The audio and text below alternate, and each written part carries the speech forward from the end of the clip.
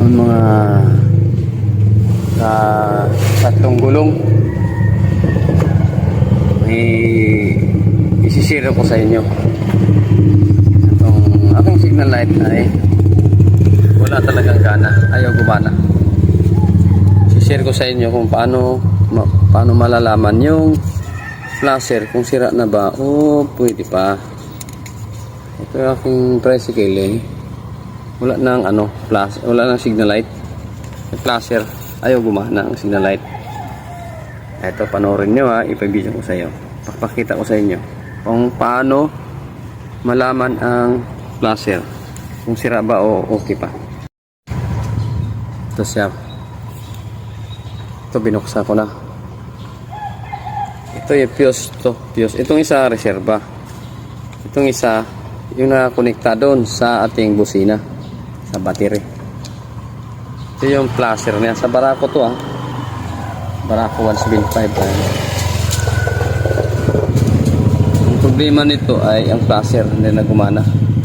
Ito, tinanggal ko na. Ewan ko kung gumagana pa ba. Kasi yung switch niya ayaw nang gumana. Nakauna siya. Nakauna yan.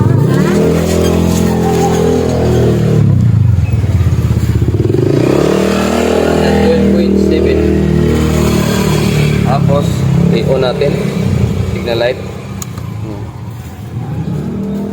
Signal light ayaw gumana. Ayaw gumana. Kabila ayaw nang umilaw.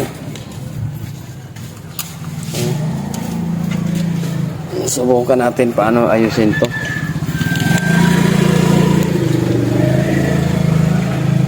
Ito yung flasher. Tatanggalin natin yan. Ayan. Tapos tanggalin natin yung paa niya. Ayan. Ayan yung flasher ay may dalawang paa. Ayan. Hindi magkakabaliktad yan kasi yung panel niya dyan isa lang din. Kahit anong gawin mo hindi magkakabaliktad yan. Ayan At saka yung may tatak ito. Nakita nyo. Yan B at saka L, di ba? Yan Yung B na yan papuntang battery. Ay yung L1 na yan ay yan ang ginagamit papunta sa ilaw. Para malaman natin kung okay pa to. Para hindi tayo bibili agad ng flasher. Baka duble ang gasto natin. Bibili tayo tapos yung pala gagana pa. Sayang binili mo. Ito para malaman, susubukan ko. Kuha tayong wire. Ito, may wire ako dito. Ayan. Yung wire siksik natin dito.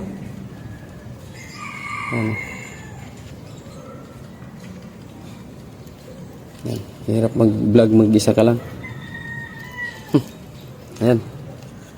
Tapos yung isa buo yan buo. Ayan buo yan walang putol yan parang pinagsushort lang natin. Ito isik natin dyan. Diba? Ayan ayan tapos ngayon subukan natin na i-on. Naka-on yan naka-on yan. Subukan natin i-on. Natin. May ilaw na. May ilaw na. Ayun. Talikpan para makita natin. Ayan. Ilaw na. Ayan. Diba? I-off natin. Diba? Ilaw. Kabila.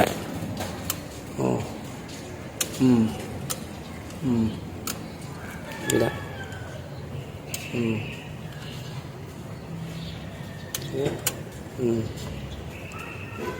Ilaw. Kabila. Ito.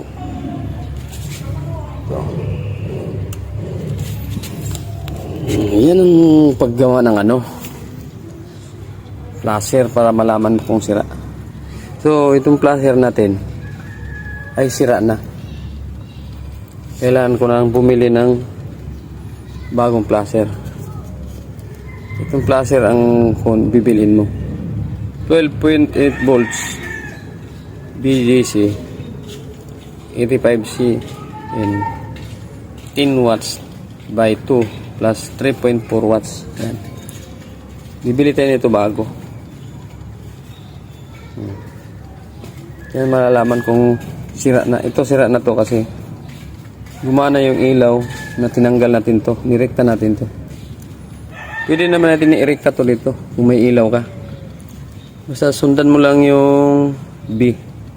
Itong letter B, itap mo dito sa may positive na battery. Yan yan. Ayan, B. Ano yung letter B? Lagyan mo dyan. Tapos yung light, lagyan mo dyan sa ganito. May ground. Body ground yung ano. Yung test probe no. Kung may tester kayo. Yung lamp tester. Kung wala, ay tonto sa akin. Mano-mano lang. Wire lang. I-short mo lang tong dalawa. Ito. Short mo yung dalawa. Tapos i-on mo yung susi. Tapos yung switch, ipindot mo na left and right. Pag gumana, matic. Ito ang sira. Placer relay. Okay. Guys, ito. Bibili tayo nito.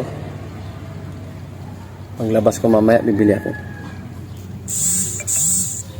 Itong aking video, siguro nakakatulong to sa wala pang alam, mga baguhan pa lang ng ano, magmumotor. Para hindi kayo mahirapan kung kayo lang masisira ng ganyan lang. Signal light lang. Importante itong signal light pag lalo pa sa gabi. Lalo pag tumatakbo ka ng highway. Kailangan mo to guys. Kaya, maraming salamat. Sa mga magaling na dyan, hanga ako sa inyo. Alam kong kinaryer nyo itong trabahong ito. Okay. Bye-bye. Magandang umaga sa inyo lahat dyan. Mga kasama kong mga tricycle driver dyan. Magandang umaga. Meron akong i-share sa inyo na aking kaalaman tungkol sa paggawa o pagpalit ng placer relay o sa pag-repair ng ilaw at malalaman kung paano placer relay yung gana o sira na ba. Okay, let's go! Guys, ito. Palit tayo na ano. Pamalit ako ng bagong placer.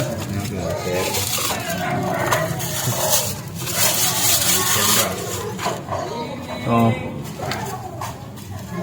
diba ito yung ginawa natin dati. Ang galing natin yun. Yung bagong placer na bili ko.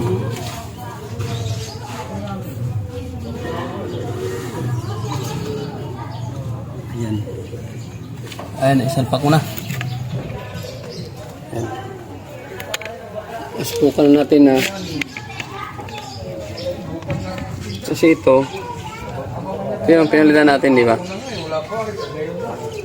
So, yung pinalit ko ay walang tatak na ano. Yung tatak ng voltahe kung ilan.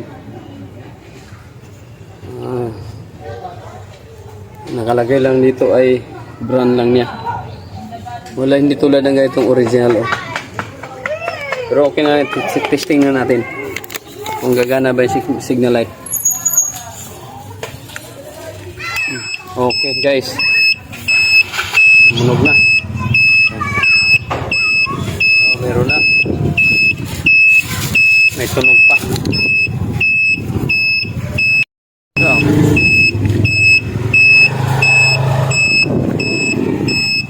na rin. Kabila. Oh, meron na rin. lang kadali mag ano. Kahit ang placer yun.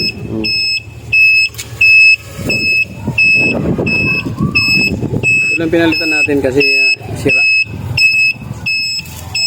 Ito sira. Ayan o. Yeah. Okay guys, gumana na yung ano natin. Placer. Placer ang sira.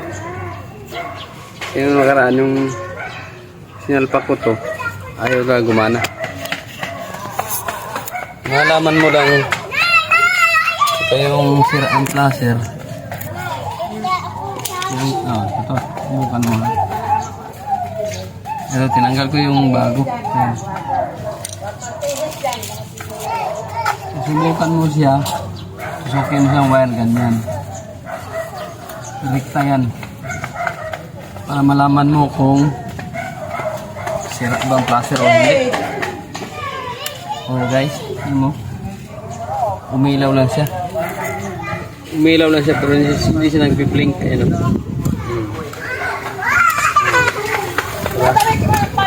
Hindi siya nagpi-blink. Kaya doon pa lang, doon mo malalaman kung ang relay mo ay sira. Sira yung relay. Tinanggalan natin. Ito yung bago. Ito yung luma. Ito yung lumang sira. Ikabit natin. Ayan. Tapos, yun natin. Oh, wala. Wala, di ba? Oh, wala. Ibig sabihin, sira itong relay.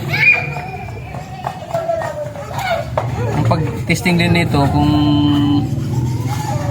may tester ka, yung battery, liter B battery, L sa light. Yung battery, lagay mo sa positive, negative ground. Tapos yung ilaw mo dito sa negative, magbi-blink yan. Pag di nagbi-blink, sira na itong ano. Yung ano mo, relay. Laser relay. Ito yung bagong bili natin, oh. Ayan. Mura-murahin lang to. Wala nga pangalan, wala nga ano, wala nga litra kung B ba o saka L. Pero hindi magkakapalit yan. Gawa ng yung socket niya ay hindi magkakapaliktad. Kahit anong gawin mo, hindi papasok yan kung baliktad. Ayan. Ayan. Nakasangayon siya sa kanyang butas. Hindi magkakabaliktad yan. So sa salpak mo, hindi magkakabaliktad. Ayan, nakalagay na.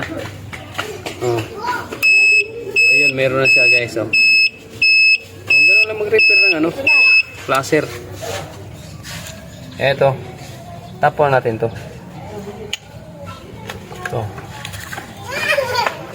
Huwag natin pakita yung brand.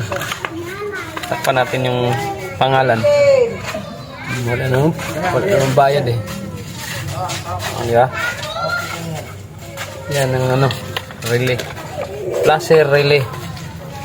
Okay guys, okay na tayo.